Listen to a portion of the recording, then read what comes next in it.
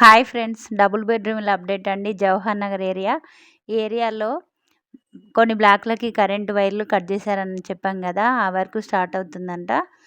ఎవరైతే ఇండ్ల కాడికి వచ్చినోళ్ళు మొన్న గృహప్రవేశం కోసమని ఖాళీగానైనా వచ్చిపోయినోళ్ళు ఉన్నారు కదా, వాళ్ళందరూ సొంత తాళం వేసుకున్నోళ్ళు మాత్రము ఆ తాళం తీసేసి జిహెచ్ఎంసీ వాళ్ళు ఇచ్చిన తాళం మాత్రమే వేయాలంట.